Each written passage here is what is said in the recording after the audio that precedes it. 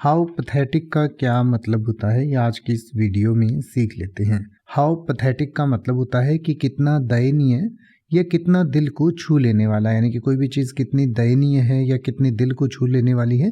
या कई बार कोई चीज़ बिल्कुल आपको समझ नहीं आती, बिल्कुल आप उसकी निंदा करना चाहते हैं, बिल्कुल आपको वो डिसअपॉइंटिंग लगती है या बहुत बुरी लगती है, तो उसके लिए भी हाउ पैथेटिक कहा जाता है, यानी कि कितना डिसअपॉइंटिंग है या कितना ख़राब है ये।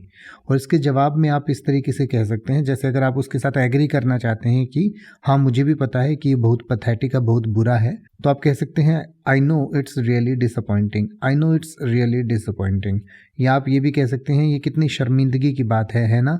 तो इसके लिए आप कह सकते हैं it's a shame isn't it, it's a shame isn't it. Isn't it का मतलब होता है ना, जैसे हम कहते हैं ना ये इतना बुरा है ना, तो उस तरीके से इजंट इट का इस्तेमाल किया जाता है। या फिर आप ये भी कह सकते हैं it's a difficult situation because, यानी कि उसका कारण आप बताना चाहें तो उसके बाद इसका कारण बता सकते हैं। या फिर आप ये भी कह सकते हैं कि ये इस वजह से हुआ, या जो सर्कमस्टांसेस हैं या जो हालात हैं वही ऐसे थे कि ऐसा हो गया, तो उसके लिए आप कह सकते हैं the circumstances led to this outcome, the circumstances led to this outcome.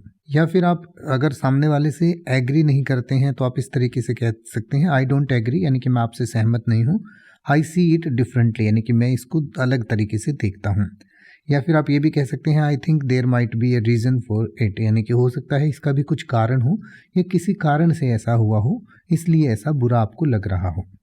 अब आप ऐसे ही किसी भी वर्ड का मतलब हिंदी और इंग्लिश में YouTube पर सर्च कर सकते हैं। आपको मेरी वीडियो मिल जाएगी जिसमें आप बिना किसी फालतू बकवास के सीधा उस वर्ड का मतलब समझ पाएंगे। तो ऐसी ही वीडियोस को देखते रहने के लिए चैनल को सब्सक्राइब करें और बेल आइकन को प्रेस करें।